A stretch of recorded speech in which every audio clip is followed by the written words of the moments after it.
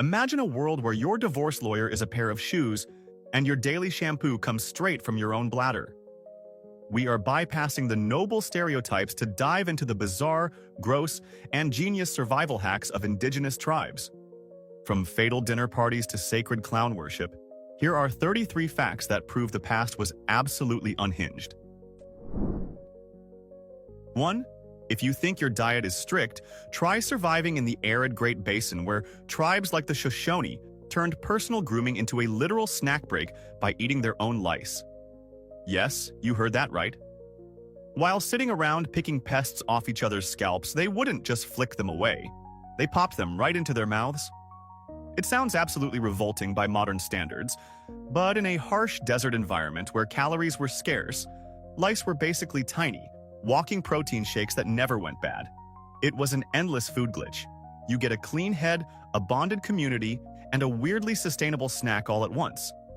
Honestly, it gives a whole new terrifying meaning to the phrase nitpicking. But when you are starving, you don't turn down free nutrients just because they have legs. 2. Before you judge the Inuit for their hygiene habits, you should know they were actually chemically brilliant, even if their methods smelled absolutely terrible. They utilized human urine as their primary shampoo and soap, which sounds like a cruel prank, but there is actual science behind it. Urine contains ammonia, a powerful natural degreaser perfect for cutting through the heavy oils and soot that accumulate when you live in a smoke-filled igloo. But they didn't stop at hair care. They used this golden liquid to tan animal hides, breaking down fibers to make leather soft and supple. So that pristine, beautiful fur coat worn by a hunter was likely processed in a vat of pee. It is the ultimate zero-waste lifestyle, turning biological waste into a cleaning product, though I wouldn't recommend trying to bottle and sell this particular formula today. 3. If you think sushi is adventurous, the Yupik and Inuit peoples invented a dish that makes raw fish look like baby food, affectionately known as stinkheads. The recipe is a biological hazard. They would take king salmon heads, bury them in fermentation pits in the ground, and just leave them there for weeks until the flesh decomposed into a mushy, cheese-like sludge. While it was a prized delicacy rich in essential fats needed for the cold climate, it was also like playing gastronomic Russian roulette. If the temperature wasn't perfect or the pit wasn't sealed right, the fish would develop botulism, a deadly neurotoxin. People literally risked their lives for a bite of rotten fish head. It takes the concept of an acquired taste to a level where your dinner might actually kill you before dessert. 4. Modern divorce involves expensive lawyers, crying in court, and years of misery. But the Navajo tribe figured out a system that was brutally efficient. Since they were a matriarchal society where women owned the property and the home, a wife held all the cards in the relationship. If she decided she was fed up with her husband, she didn't need to file paperwork. She simply placed his saddle and moccasins outside the front door of the hogan. That was it. No arguments, no counseling, just a silent eviction notice. When the guy came home and saw his shoes in the dirt, he knew it was game over immediately. He would just pick up his stuff and walk back to his mother's house in shame. It brings a whole new level of anxiety to leaving your shoes on the porch, doesn't it? 5. While stand-up comedians make careers out of complaining about their in-laws, Apache men were legally required to avoid theirs completely. This wasn't because they hated them, but because of a strict custom called avoidance, meant to show extreme respect. An Apache man was culturally forbidden from looking at, speaking to, or even being in the same room as his mother-in-law. If she entered a dwelling, he had to scramble for the exit or hide under a blanket like a frightened child. It sounds ridiculous to us, but the idea was to prevent any possible friction or disrespect between families by ensuring they never interacted enough to annoy each other. It is honestly the most genius social distancing strategy ever invented for family peace, and I bet a lot of you are wishing this rule still existed today. 6. Imagine a job where your only responsibility is to be the most annoying, backwards person in the village, and people actually worship you for it. These were the Heyoka, the sacred clowns of the Lakota, who were bound by spiritual vision to do everything in reverse. If it was a blistering heat wave, they would shiver in thick buffalo robes complaining of the frost, and if it was freezing, they ran around naked, sweating. They rode horses backwards and said yes when they meant no. But this wasn't just performance art. It was a spiritual duty to keep the tribe humble. By acting like absolute lunatics and breaking every social norm, they reminded everyone that the established order is fragile and shouldn't be taken too seriously. They were basically holy trolls using satire to balance out the seriousness of warrior life. 7. Long before Las Vegas casinos, the Mississippian culture was ruining lives with a deceptively simple game called Chunky. The premise sounds innocent enough. Roll a polished stone disc across a plaza and throw spears to mark where it stops. It was basically Stone Age bocce ball, but the gambling culture around it was absolutely unhinged. Men didn't just bet a few beads or a nice feather. They would get caught up in the adrenaline and wager their houses, their weapons, and eventually their own freedom. You could walk onto the field a free man and leave as a slave because you misjudged the roll of a rock. It got so bad that losers sometimes committed suicide rather than face the shame of total destitution. It proves that humans have always been degenerates when it comes to betting, no matter the century. 8. In almost every war in history, the goal is to eliminate the enemy. But for plains tribes like the Sioux and Cheyenne, killing from a distance was considered lazy and unimpressive.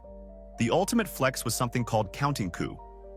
To achieve maximum glory, a warrior had to ride right up to an armed enemy, touch him with a stick or hand, and escape completely unharmed. It was a psychological power move that effectively said, "I could have ended you, but you aren't even worth the arrow."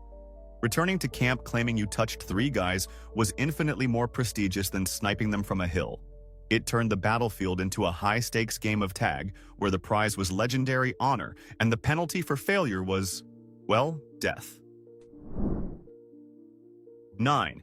While European soldiers were obsessed with helmets and protection, warriors from many eastern woodlands tribes did the exact opposite with a hairstyle known as the scalp lock. They would shave their entire heads but deliberately leave a long, prominent lock of hair right at the crown, often braided or decorated to be as visible as possible. This wasn't just a fashion statement, it was a massive, arrogant taunt to their enemies. The warrior was essentially saying, "I am so confident you cannot kill me that I have left a convenient handle for you to grab my scalp if you try." It was psychological warfare woven into their hair, daring anyone to come close enough to take the trophy. It turns a haircut into a death wish, signaling that they were absolutely fearless and ready to fight to the bitter end. 10. We all know beauty standards can be painful, but the Chinook and other tribes of the Pacific Northwest took this to a horrifying extreme with head flattening. They believed that a flat forehead was the ultimate sign of high status and intelligence, while a round head was for slaves and commoners. To achieve this look, they would strap a cedar board to a newborn baby's forehead for months, physically molding the soft skull until it slanted backward at a severe angle. It sounds like torture to us, but for them, it was the equivalent of getting your child into an Ivy League school. If you didn't have a head shaped like a wedge, you were literally looked down upon as a nobody. It proves that parents have been forcing their kids into uncomfortable molds for social status for thousands of years. 11. If you think shaving with a dull razor is annoying, imagine the grooming routine of Native American men who viewed all facial hair as ugly and animalistic. They didn't just trim their beards, they waged a total war on hair follicles using pairs of clamshells as makeshift tweezers. They would painstakingly pluck every single hair from their faces, and in some tribes, they didn't stop at the beard, but went for the eyebrows and eyelashes too. It was an agonizing process that left their faces perfectly smooth and alien-looking to the hairy Europeans who arrived later. Next time you complain about a waxing appointment, just remember these guys were ripping hair out of their faces with seashells purely for the aesthetic. 12. In the deep jungles of Central and South America, and even further north, indigenous healers had a solution for deep wounds that makes modern stitches look boring. They used giant soldier ants as living surgical staples. The healer would hold the ant by its back and let it bite the 2 sides of a gash together with its massive, powerful mandibles. Once the ant locked its jaws shut, the healer would twist its body off, leaving the head behind as a natural, biological clamp that wouldn't let go even in death. It is arguably the most metal way to treat an injury in history. You are literally closing a wound with the severed heads of insects, which is both incredibly resourceful and the stuff of nightmares. 13. Modern marathon runners train for months to run 26 miles. But for tribes like the Tarahumara or the messengers of the Inca and Apache, that distance was basically a warm-up. These people developed the ability to run for hundreds of miles over rough terrain without stopping, fueled often by nothing more than corn beer or chia seeds. This wasn't just for sport. It was persistence hunting, where they would literally chase a deer until the animal collapsed from exhaustion because it couldn't sweat to cool down like a human. They turned running into a weapon. Imagine being a deer, sprinting for your life, and every time you look back, that same human is just jogging behind you, relentless and inevitable, like a horror movie villain, until you just give up and die. 14. Long before Ray-Ban was selling sunglasses for hundreds of dollars, the Inuit invented the original and frankly much cooler snow goggles. Living in a world of blinding white snow and ice, they faced the constant threat of snow blindness, so they carved eyewear out of caribou antler, bone, or ivory with tiny horizontal slits. These slits reduce the amount of ultraviolet light hitting the eye while sharpening focus, similar to how a pinhole camera works. They didn't just protect your vision. They made you look like a cyberpunk character from a futuristic sci-fi movie. It is a perfect example of indigenous engineering solving a complex medical problem with a piece of bone and some physics, proving they were way ahead of the fashion curve. 15. When we think of Native American warriors, we usually picture leather shirts and war paint, but the Tlingit warriors of the northwest coast looked like walking tanks. They built elaborate body armor using hard wooden slats woven together with twine, worn over thick hide tunics. To top it off, they wore massive wooden helmets carved with the terrifying faces of animals or spirits intended to scare the soul out of their enemies. This gear was so tough it could deflect arrows, clubs, and there are even accounts of it stopping Russian musket balls during early skirmishes. Seeing a wall of these wooden juggernauts charging at you with totemic faces would have been like fighting a forest that suddenly decided to kill you. 16. Catching an eagle is not like catching a pigeon. It is a bird with talons that can crush a human hand. Yet for many plains tribes, shooting one was out of the question because the feathers had to be harvested ceremonially. So, brave hunters would dig a deep pit, cover it with brush, and place a piece of raw meat on top as bait. The hunter would then hide inside the hole, sometimes for days without moving, waiting for the bird to land. When the eagle grabbed the meat, the hunter had to reach up through the sticks and grab the bird's legs with his bare hands. It was a high-stakes game of whack-a-mole, where if you missed, you got your face shredded by an angry raptor. It required a level of patience and reflexes that makes fishing look like an adrenaline sport. 17. You probably know lacrosse as a prep school sport, but for tribes like the Cherokee and Choctaw, it was known as the little brother of war, and it was basically a massive, organized brawl. We aren't talking about 12 guys on a field. These games could involve hundreds or even thousands of players on a pitch that stretched for miles without clear boundaries. The rules were virtually non-existent, and the heavy wooden sticks were used to crack skulls just as often as they were used to catch the ball. It was often used to settle tribal disputes to avoid actual war, but honestly, the difference was negligible.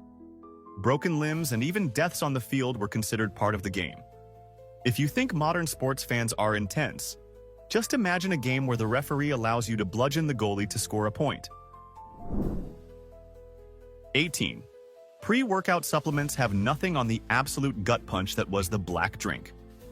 Before important councils or going into battle, warriors in the southeast would gather to chug a highly caffeinated tea made from the roasted leaves of the Yupon holly. But this wasn't a casual tea party. The specific goal of the ritual was to drink so much of the liquid that you immediately vomited everywhere. The belief was that you were purging yourself of all spiritual impurities and weakness, literally puking out the bad vibes so you could be pure for war. It was a communal heave fest. It gives a whole new perspective on cleansing diets. Because for them, unless you were retching on the ground with your brothers, you weren't spiritually ready to lead. 19. If you think a sauna is just a nice way to relax after a workout, the Native American sweat lodge would probably give you a panic attack. These weren't just hot rooms. They were intense spiritual gauntlets designed to push the human body to its absolute limit. Warriors would sit in total pitch-black darkness while water was poured over superheated rocks, raising the temperature to unbearable levels. The combination of sensory deprivation, extreme dehydration, and blistering heat often induced powerful hallucinations and altered states of consciousness. They were basically cooking themselves to talk to the spirits. It wasn't about opening your pores. It was about breaking down your ego through physical suffering until you saw things that weren't there, proving that spirituality sometimes requires heat stroke. 20. In the icy forests of the north, the Algonquian peoples lived in genuine terror of a condition known as Wendigo psychosis. The belief was that if you tasted human flesh, or even just had too much greed during a famine, you would transform into a Wendigo, a giant, insatiable monster with a heart of ice. This fear was so real that it became a recognizable mental illness. People who started showing signs of lethargy or weird eating habits were sometimes executed by their own families preemptively, just in case they were turning into a cannibalistic demon. It is a grim reminder that in a world of starvation and freezing cold, the scariest monster wasn't a wolf or a bear, but the hunger inside your own neighbor that could turn them into a nightmare. 21. Most folklore figures are fun to talk about, but for the Navajo, the skinwalker is a subject so terrifying that even mentioning it today is considered dangerous. These are corrupt witches who have gained the power to shapeshift into animals like wolves, coyotes, or bears, usually by killing a close family member to seal their dark pact. They aren't cool magical creatures. They are pure evil, said to run alongside cars at high speeds and lure people to their deaths. The taboo is so strong that many traditional Navajo will simply get up and leave the room if you bring the topic up. It is the ultimate he who must not be named. But instead of a wizard war, you get a coyote standing on its hind legs staring into your window at night. 22. The Iroquois had a medical association that looked more like a horror movie cast called the False Face Society. These healers wore grotesque, distorted wooden masks carved from living trees, intended to scare away the evil spirits causing disease. But the weirdest part is that the masks themselves were considered alive. If you owned one, you had to treat it like a pet. You had to anoint it with oil and literally feed it tobacco and corn mush regularly. If you neglected your mask, it would get hungry and angry, potentially causing the very sickness it was supposed to cure. Imagine having a first aid kit that you have to breastfeed every week or it attacks you. That is the level of commitment we are talking about for healthcare. 23. Grief makes people do crazy things, but the Iroquois took it to a strategic level with something historians call mourning wars. When a beloved family member died, the women of the tribe would demand that the warriors go out and capture someone from a rival tribe to replace them. This wasn't just slavery, it was a forced identity swap. The captive would be given the name of the dead person and adopted into the family to literally fill the empty spot at the dinner table. If they accepted their new role, they became a full member of the tribe. If they resisted, they were tortured to death. It is a bizarre mix of wholesome adoption and terrifying kidnapping, essentially saying, "You are my grandpa now, whether you like it or not." 24. In modern society, you are stuck with the name on your birth certificate forever unless you pay a court fee. But in many Native American cultures, your name was just a temporary status update. A person might change their name half a dozen times throughout their life based on their experiences or achievements. If you did something brave, you got a cool name like Iron Shirt. But if you did something stupid, you might be stuck with a humiliating name until you redeemed yourself. It was a social credit system built into your identity. Imagine having to introduce yourself as tripped over a log at parties until you finally did something cool enough to upgrade to Bear Hunter. It definitely kept people motivated to not screw up in public. 25. While modern society is still arguing about bathrooms and gender roles, many Native American tribes had this figured out centuries ago with the concept of two-spirit people. They didn't see gender as a binary checklist of blue or pink. They recognized individuals who embodied both the male and female spirit within a single body. Far from being outcasts, these people were often revered as holy and gifted, taking on special roles as matchmakers, healers, or naming ceremonial leaders because they could see the world from both perspectives. It completely flips the script on the historical narrative of traditional gender roles. While Europeans were panicking about who wore trousers, Native Americans were basically saying, "Oh, you have two spirits? That's cool. You are probably better at multitasking than the rest of us. Here is a sacred job." 26. If you find porcelain dolls creepy, you might want to stay away from the traditional corn husk dolls made by the Iroquois, because they are completely faceless. This isn't because the makers were lazy or bad at drawing. It is a deliberate design choice based on a legend about the corn spirit. The story goes that she became so vain and obsessed with her own beauty that the creator punished her by taking her face away completely. To teach children, and especially little girls, that vanity is a sin, and that appearance doesn't matter. The dolls are left blank. It is a wholesome moral lesson wrapped in a toy that looks like absolute nightmare fuel to the modern eye, proving that ancient parenting was a mix of love and mild psychological terror. 27. When you break a plate today, you throw it in the trash. But for the Mimbri people of the Southwest, breaking pottery was a crucial part of a funeral. They created stunningly intricate bowls painted with geometric designs and animals, but before placing them in a grave, they would punch a jagged hole right through the center. This wasn't vandalism, it was a kill hole. They believed the pot had a spirit that was trapped inside the clay form, and by physically killing the object, they released its soul to accompany the deceased into the afterlife. It is a beautiful, poetic concept, even if it drives modern archaeologists crazy to find thousands of pieces of priceless ancient art with deliberate holes smashed right through the best part. 28. We live in a world where wealth is measured by how much you hoard, but the potlatch ceremony of the Pacific Northwest tribes was basically economic suicide as a flex. Chiefs would invite rival tribes to massive feasts where the goal wasn't to save money, but to give away or destroy as much of their own property as possible. We are talking about burning piles of expensive blankets, smashing copper shields, and giving away canoes just to prove they could afford to lose them. The chief who died with the most toys was a loser. The one who burned the most was a legend. It is the ultimate anti-capitalist power move. Bankrupting yourself just to show your neighbors that you are so rich, you literally do not care. 29. Long before power bars or survivalist MREs, the Cree and other northern tribes invented the ultimate superfood called pemmican. And honestly, it sounds like a heart attack in a bag. They would take dried game meat, pound it into a fine powder, and mix it with melted fat and berries until it formed a dense, greasy brick. It wasn't gourmet dining, but it was virtually indestructible. A piece of pemmican could last for years or even decades without spoiling. It was so calorie-dense that it fueled the entire fur trade, allowing voyeurs to travel thousands of miles without cooking. It is basically a meat-flavored energy bar that never rots, which is a prepper's dream and a cardiologist's nightmare. 30.